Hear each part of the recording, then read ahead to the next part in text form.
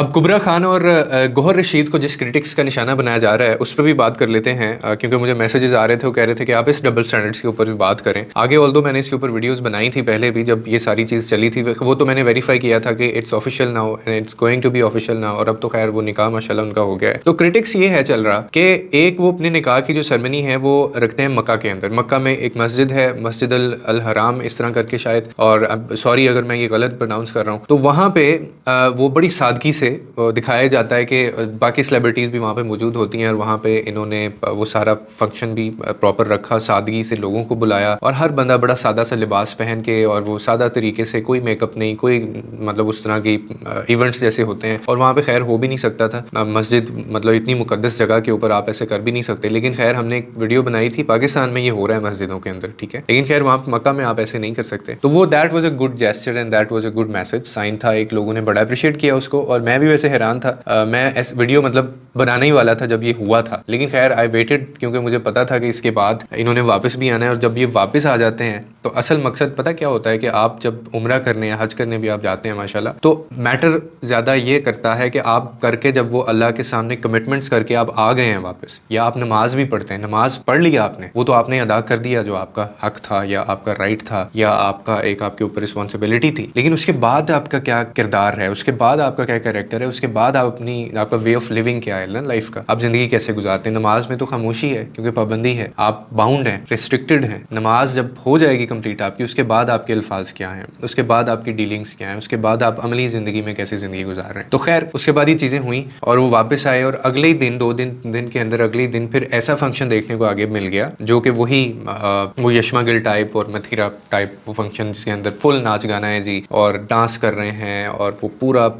Bollywood stage आपको लग रहा था, वो सारा गाने भी उनके, वो सारी चीज़ें। तो लोगों ने कंपेयर किया इस चीज़ को, लोगों ने कहा कि एक जगह आप ये करते हैं कि आप इतनी मुकद्दस जगह के ऊपर जाके आप ऑन करते हैं, और उस जगह के सामने आप अल्लाह ताला के सामने कमिटमेंट ये सारी चीज़ें करते हैं, और इतनी सादगी से आप सादगी का पैगाम देते हैं, और उसके बाद आप इधर आके उसके बाद वही अपना फुल ऑन सीन करके और वो इवेंट्स ऑर्गेनाइज करते हैं, सेरेमनी, ड्रेसिंग वैसी होती है, और वो सारा बॉलीवुड टोटल कल्चर को फॉलो किया जाता है। तो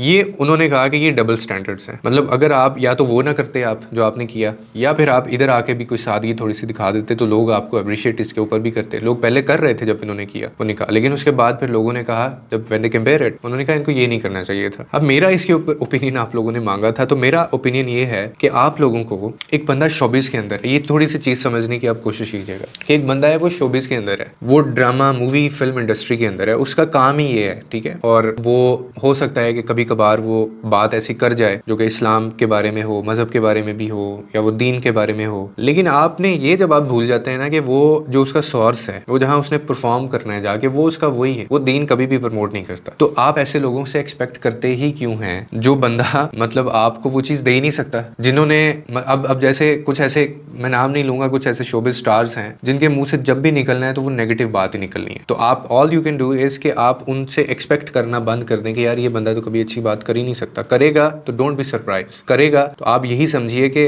चलो अच्छी बात है इसने बात कर दी है, लेकिन मैं इससे इंप्रेस नहीं हुआ। क्यों नहीं हुआ? क्योंकि अभी भी ये बिलोंग उधर से ही करता है। तो यहाँ भी यही सीन है, यहाँ भी यही केस है। ये लोग जितना मर्जी आपको दिखा लें, ये बन लें, ये डबल स्टैंडर्ड कर लें, लेकिन ये रहेंगे वहीं पे जहाँ से ये बिलोंग करते हैं, ठीक है। ऑल्दो ऐसे स्टार्स भी हैं, मुझे अभी नाम एग्जैक्ट उनके याद नहीं है, मैं वीडियो बनाऊंगा इसके ऊपर भी, कि ऐसे स्टार्स बॉलीवुड की भी कुछ ऐसी, पाकिस्तान में भी, इंटरनेशनल हॉलीवुड में भी ऐसे एक्टर्स हैं जो पीक पे थे अपनी परफॉर्मेंस के, कैरेक्टर के, और उनका रोल जो था वो पीक पे था, मतलब ब्लॉकबस्टर वो ड्रामाज मूवीज दे के आए थे, लेकिन उसके बावजूद दे डिसाइडेड टू क्विट, उन्होंने क्विट कर दिया वो, उन्होंने, और क्यों किया? उन्होंने कहा कि हमने इस्लाम की खातिर, अल्लाह की खातिर, दीन की खातिर हम नहीं छोड़ दिया, because we are not comfortable, और ये चीज़ अगर मैं कर रहा हूँ तो मैं फिर दीन के करीब नहीं जा सकता, मैं अल्लाह के करीब नहीं जा सकता हूँ। तो what's holding me back is this my profession, या जिसके अंदर मैं हूँ, तो इसीलिए मुझे ये छोड़ना है, और उन्होंने क्विट किया। मैं आपको डिटेल्ड रिसर्च वीडियो बना के इसके ऊपर भी मैं बताऊंगा, और ये बड़ा मुश्किल काम होता है। मैंने कल भी एक वीडियो बनाया था रील, अगर आपने नहीं देखा तो बड़ा खूबसूरत 2-3 मिनट में मैंने कंपाइल की हुई है इस चीज़ को, एक बताया हुआ नहीं है था आपको, एक प्रोसेस बताया हुआ है कि अल्लाह के करीब जाने का जो रास्ता होता है ना, खुदा तक जो पहुंचने का रास्ता होता है, वो आसान नहीं होता, कभी कभार ही कांटों से भरा होता है, ठीक है, और उसमें बड़ी मुश्किलात आती हैं, उसमें बड़ी तकलीफें आती हैं, और आप उसमें चल के आपको इतनी जल्दी सुकून और आसानी और वो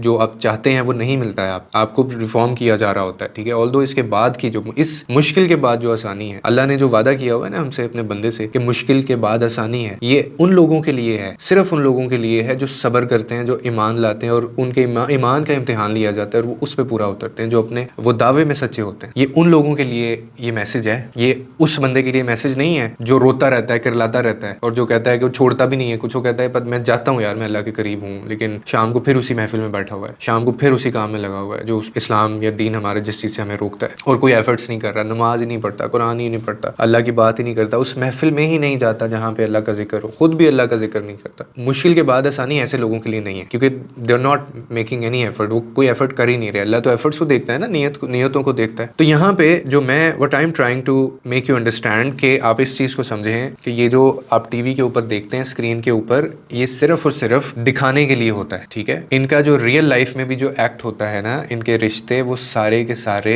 भरे होते हैं डबल स्टैंडर्ड से। और जिसकी ज़िंदगी ही ये हो कि उसने कैमरे के आगे रहना है हर वक्त, तो उसको बनने की आदत हो जाती है, वो खालिस हो ही नहीं सकता। वो कुछ भी बात करेगा उसमें बन के बात करेगा, कुछ भी करेगा बन के करेगा, अपना आप अपनी असलियत से थोड़ा हट के करेगा। तो इसलिए आप इनसे ये एक्सपेक्ट करेंगे अगर कि ये जो उधर निकाह कर लिया है, सादगी से कर लिया है, तो हाँ, आप अगर उसी राह पे, उस डगर पे आप चल पड़े हैं, तो फिर आपको लोग अप्रिशिएट भी करते हैं। लेकिन अगर आपने वो सारी चीज़ें अभी भी आप कर रहे हैं, जो स्टिल जो आपको क्रिटिक्स का फिर निशाना बनना पड़ेगा और आपको सुननी पड़ेगी सारी बातें। तो इसीलिए इस चीज़ को ज़्यादा दिल पे ना लिया करें, क्योंकि ये वही कर सकते हैं जो इनके पास है। इंसान हमेशा आपको वही देता है जो उसके पास होता है। एक बंदा खुद से मोहब्बत ही नहीं करता, वो आपसे कैसे मोहब्बत कर सकेगा? एक बंदे के अपनी लाइफ में पॉजिटिविटी नहीं है, वो आपको कैसे पॉजिटिविटी दे सकेगा? एक बंदा खुद नेगेटिव है, वो आपको भी नेगेटिव वाइब देगा। एक बंदा खुद जेलस है, तो वो आगे भी मैग्नेट है ना, वो हर चीज़ का मैग्नेट है। We are a magnet of so many things. अगर आपको मेरे से पॉजिटिविटी की आती है वाइब, तो इसका मतलब है कि मैं कॉन्टेंट कंज्यूम करता रहता हूँ इस टाइम के अंदर सारा 4-5 घंटे में ढूंढता हूँ कि क्या क्या मैंने बात करनी है उसका। ओके, अगर कोई नेगेटिव चीज़ आ भी गई है तो नाउ आई नीड टू